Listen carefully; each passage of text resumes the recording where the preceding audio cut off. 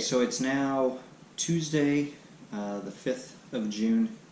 So it's been a few days since we did our last recording, and we've had a number of things that have happened on Friday and yesterday and today. And so we've got a lot to cover in this segment of this particular video. So, Renee? All right. So, first thing, follow up on the ports. On Thursday, of course, the port area was still pretty sore. I mean, they just cut into my skin, so, you know, as expected, it was fairly sore. Not sore to the point that I don't think I took any pain pills. Well, you took a little bit of Tylenol. Yeah, maybe I took one. Like one dose. Like one dose of Tylenol. So pain was really minimal, which was really surprising. However, 2 days after I had it put in on Saturday, I kind of overdid it over the weekends, and not the scar itself, but the scar actually itself looks pretty good. I mean, it's healing nicely, but where it goes into your throat, like kind of right here, not into your throat, into your vein, but I could feel it in my throat, and it gave me a sore throat, and I guess it's because that vein's right next to the throat, and things just got a little bit irritated. Still, when I lay on my side, it feels very uncomfortable still. It's getting better every night, so I think that within a week all that will be gone. But it's very uncomfortable. And also when I cough or breathe really deeply, I can feel that there's just something there. So more of an annoyance than, you know, hey, I can't live with this. So the port, all in all, not so bad. So that's a good thing. And then Friday, June 1st, I had at 8 in the morning, I had the echocardiogram. That was easy peasy. Literally, they hook you up to some kind of monitor, stick some of the things on you. What are they called? Leads. And pretty much do an ultrasound of the heart with that. So, I mean, that was easy peasy. All I had to do was lay there and watch my heart pump. So that wasn't too bad. Really, they do that so they can get a baseline of your heart. Chemo's definitely not something to mess with. So they want to see how well your heart is doing right now prior to chemo, so they know if chemo is affecting your heart or not. And we'll talk about some of the seriousness of chemo and why they're doing that in a little bit, because I've gotten a whole lot wiser today. So the last one we left off with saying that I had to have another MRI. That was not true. I guess I was a little bit dopey. Yeah. She didn't quite understand exactly what they were saying to her. From the anesthesia from the port and all that. So I just knew that they said MRI. So we show up at MRI in the morning and we go, I'm here to do an MRI. And the guy goes, no, you're not. So luckily he could look in the system and see where I was needed. And apparently it was an ultrasound that they had to do. So I am starting to sound like a TV infomercial right now, because after they did the ultrasounds, it was found that there's more in my breast. Wait, there's more. Yeah. So apparently at the bottom, where most of my itchiness actually is, there was another spot found. Again, we don't know exactly what it is, so they're going to perform another biopsy, which I've made an appointment for. So that's tomorrow at 8 o'clock, another test to see if that's cancer. If it's in the 12 o'clock and the 6 o'clock quadrants, there's no way I'm even gonna ask them to save the breast. We're just gonna do a full mastectomy. So after the MRI, we had a PET scan done. I had no clue that it was going to take 2 hours. Did you? No. Okay.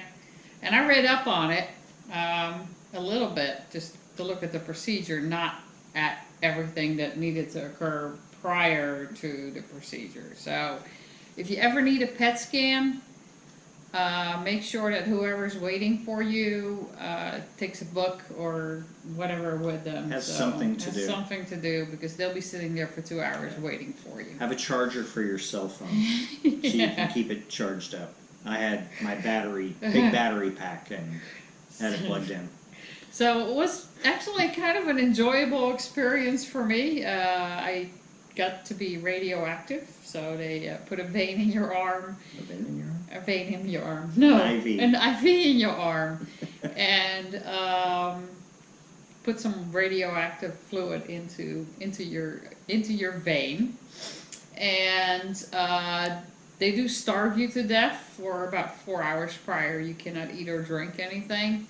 And that, I found out, is to kind of starve your body from sugar, and then they give you a nice sugary drink with contrast fluid in it, which you'll be drinking. And that's where the whole extra time comes in, because while you're drinking that, you're being put into a nice room with a TV and a remote and a chair where you can lay back with your feet up, and a nice warm blanket I got. So I was nice and comfy and entertained while he was bored to death. Yeah, exactly. Where he was bored to death. And so I just got to drink my sugary drink and have it infuse my sugar-hungry cells for about an hour. And then I just got to lay on my back with my arms over my head while the machine just did a full body scan up and down. So it was kind of a cool experience.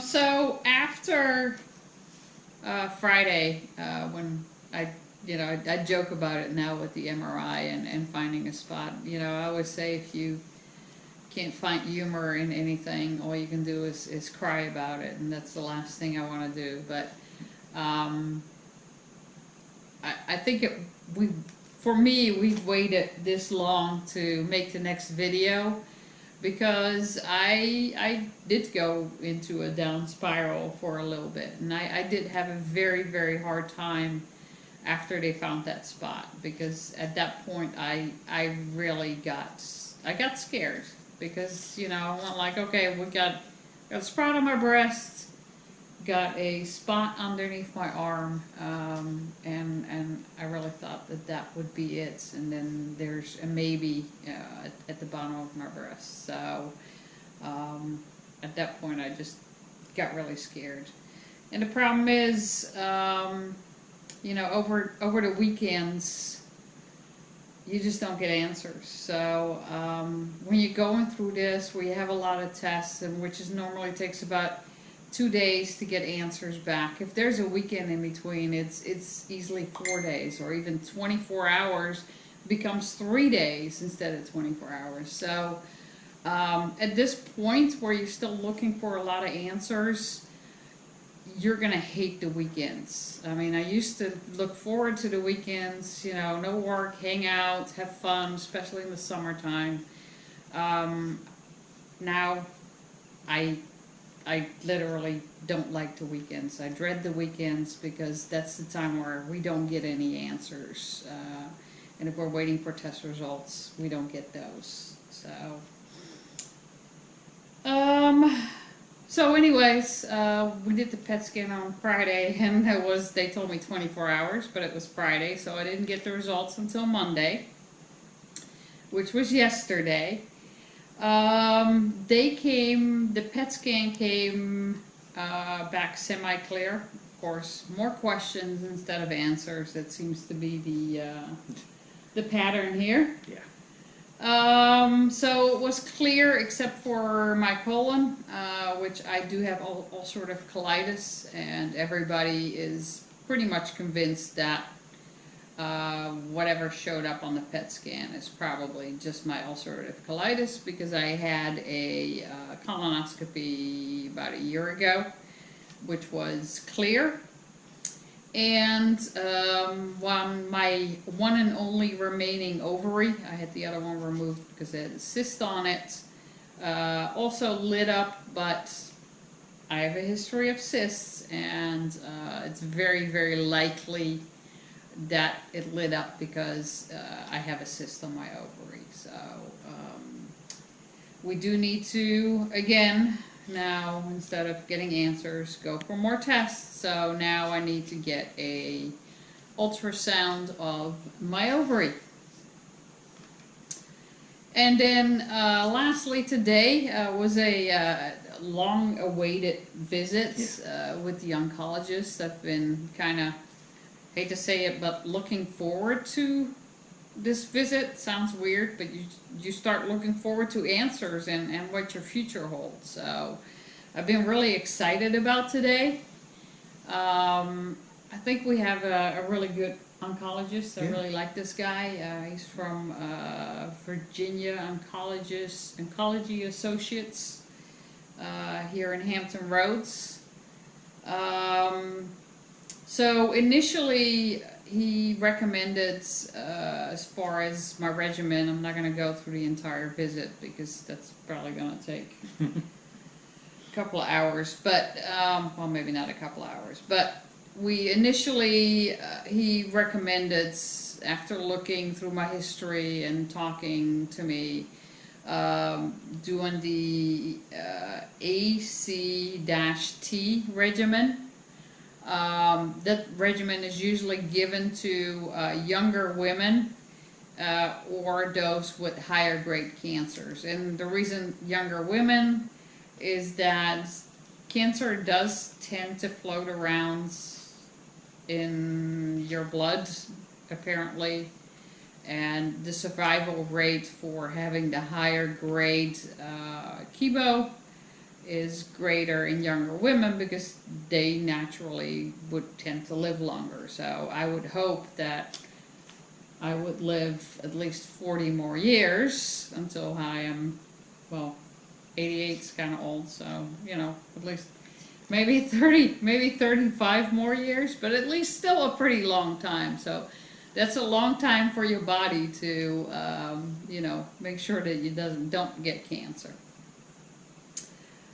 That one was kind of a shock to me when he said 6 months with very, very little expectation to be able to work full time, and probably not be able to work because it's just fairly strong. Then he went through the side effects, and understanding that those side effects are fairly low, not fairly low, but have a low chance of getting those side effects, but there's still a chance. Could be that it affects your heart, which is why you do get that echocardiogram.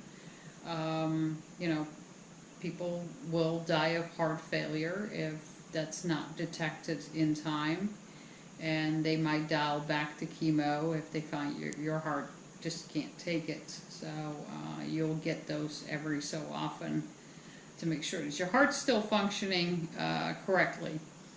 Nerve damage, I believe, from what I've read, is a little bit more common. A lot of women do get like numbness and tingling in their fingers, where it might not be permanent, but some women do end up with permanent nerve damage, where they will always have tingling in their fingers.